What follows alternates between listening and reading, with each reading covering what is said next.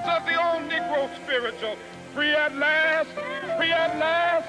Thank God Almighty, we are free at last. So first of all, let me assert my firm belief that the only thing we have to fear is fear itself. So bear ourselves that if the British Empire and its Commonwealth last for 1,000 years, men will still say, this was their finest hour. And so, my fellow Americans, ask not what your country can do for you, ask what you can do for your country.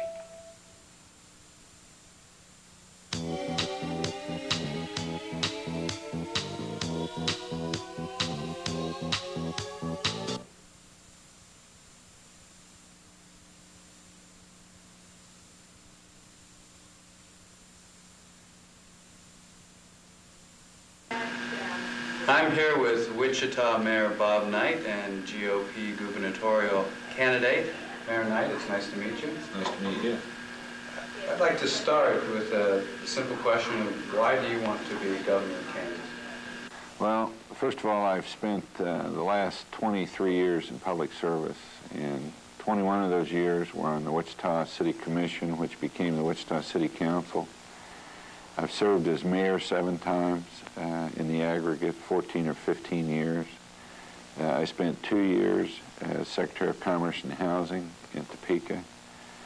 So I've had the opportunity and the privilege of participating in literally tens of thousands of decisions, some affecting only a few people, some affecting literally tens of thousands of people, some few would say are critically important, all of which I think are important because they each affected someone's life. And so that has given me a basis of really strong executive leadership. We've had some very daunting, complicated, intractable challenges that we've been able to pull together and solve. And I believe that that's the template that the state of Kansas needs in terms of trying to pull people together around values and hopes and dreams for this state. Further, I believe that this state is capable of becoming far more than it is today. And I would like to have a role in creating the excitement and the hope that tomorrow can be better than today and the day after can be better than tomorrow. What would you say are the 3 main issues you're stressing in your campaign? Could you elaborate a bit on those issues? Well, in traveling around the state, clearly the whole question of public education is at the forefront of most people's thinking. There's also some concern, some major concern about neighbors of ours throughout the state who, in many cases, through no fault of their own, find themselves in very challenging circumstances as a result of disability, age, or some other factor that is very distressing.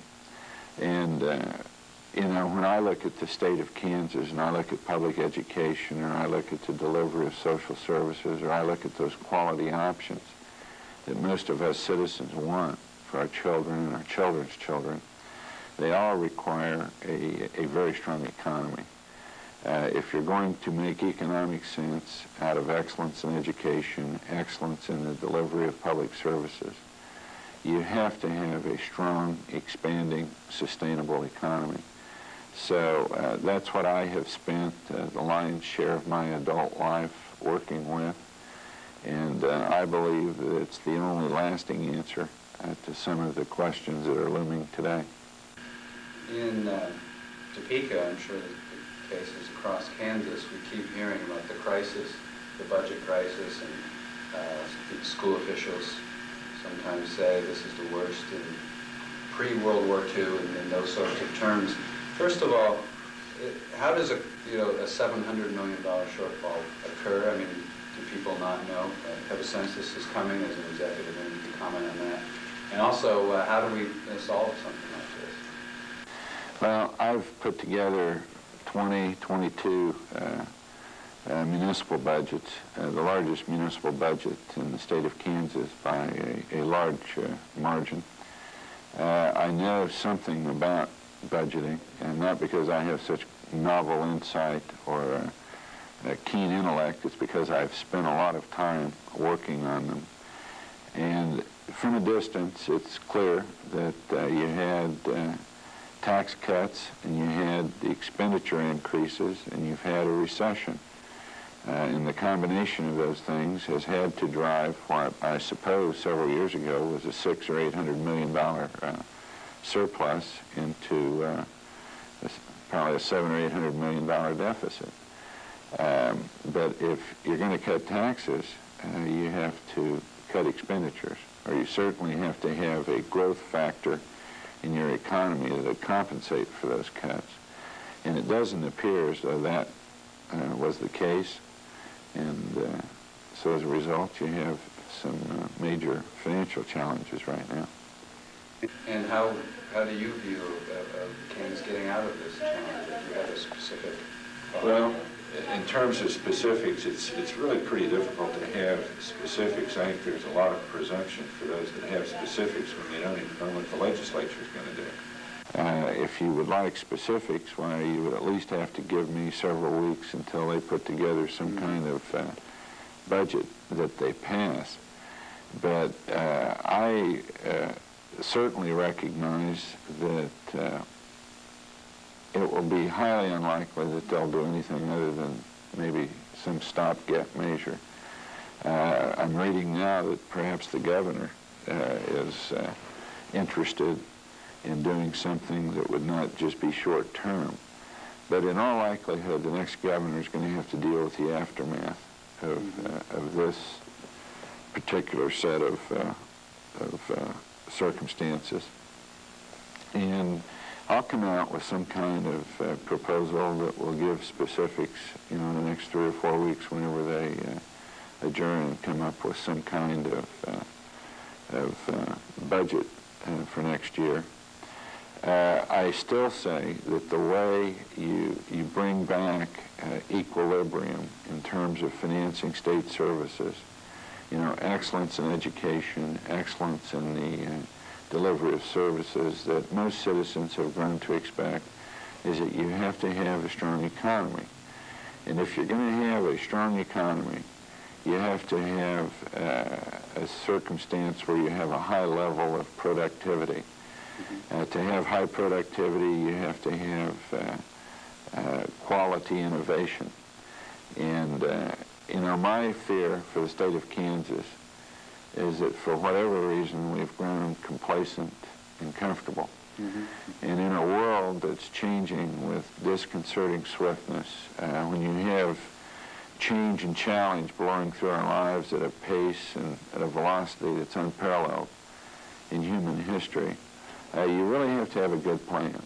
Number one, you have to be able to recognize that change is taking place. And then you have to pull your best thinkers together to interpret that change correctly.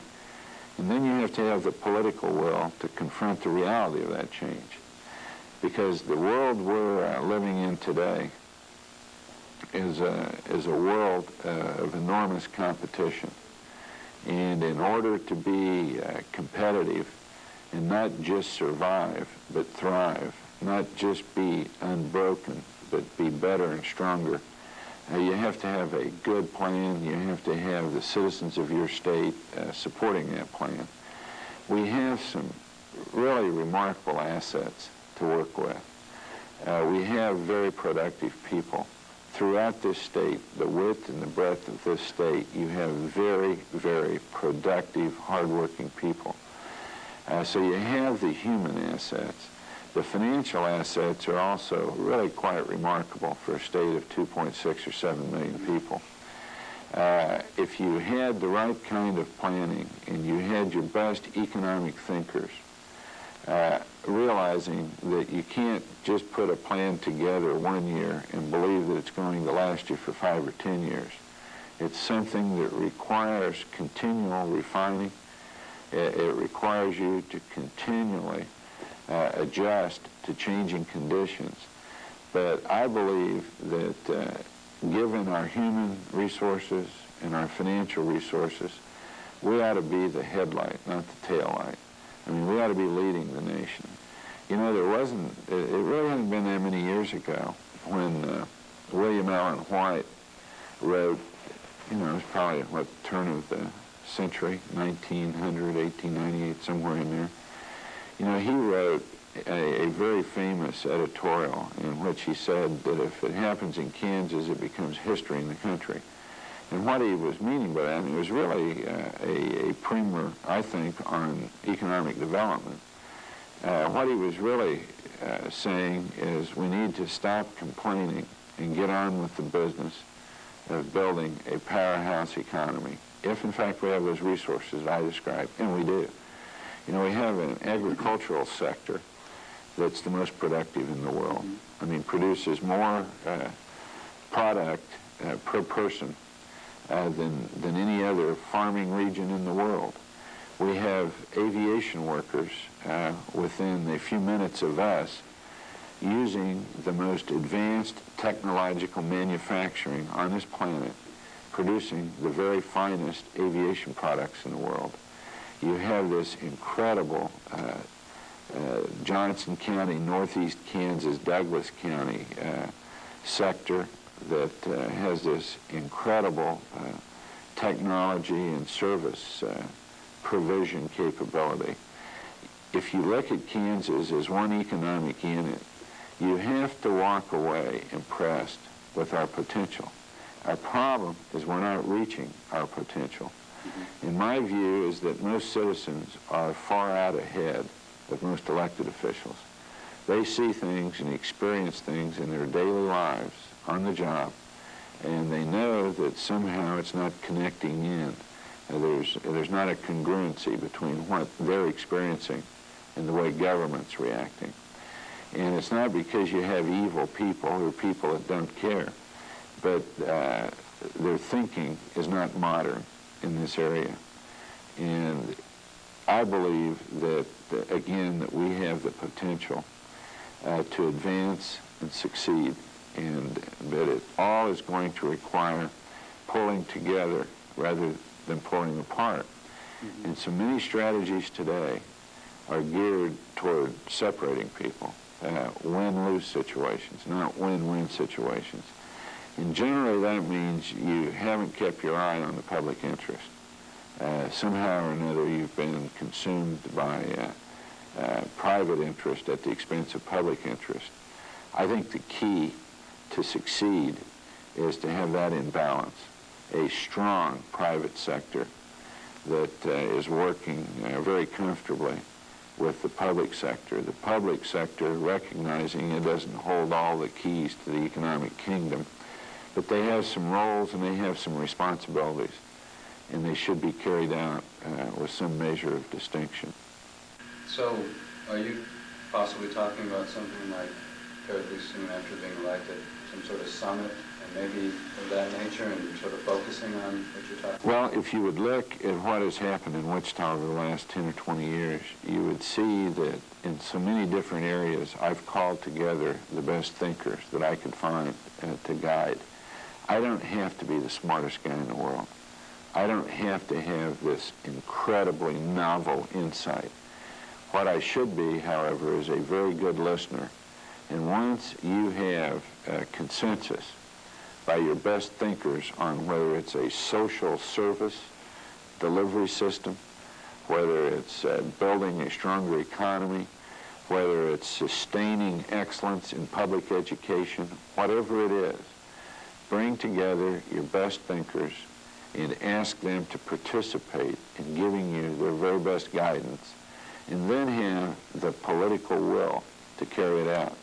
Now, this is what has happened in Wichita, whether it is in regard to air services, you know, the cost of air service, whether it has to do with utility rates, which I would think you'd have some interest in, whether it has to do with the railroad situation, whether it has to do with finding efficiencies and economies in the delivery of public services here, over and over, environmental challenges.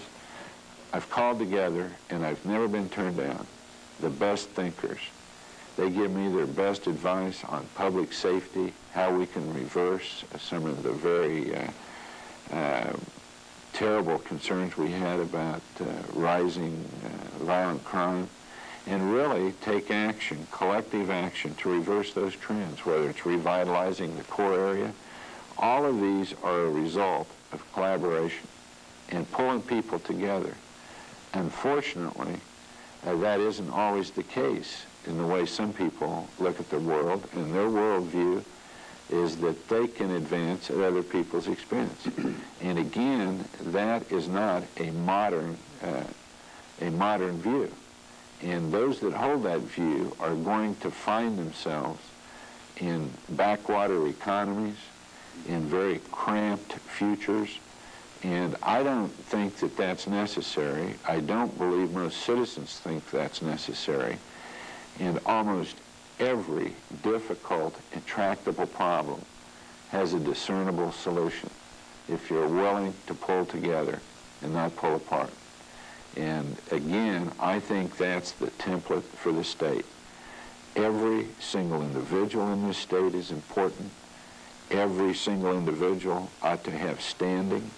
Every individual ought to be able to believe, regardless of their race, regardless of their ethnicity, regardless of their religion or gender or age, they can put down roots here and feel at home and feel part of something very, very special. You know, if you look at the people that preceded current-day Kansans, and those that homesteaded and those that built futures for us, they were men and women of daring, of boldness, of imagination. And I'm convinced that today in Kansas, most of us are still bold, still daring, and still have imagination if we had leadership that was matching what the public really truly wanted. They don't like political bickering. They don't like me trying to tear down somebody else to elevate myself.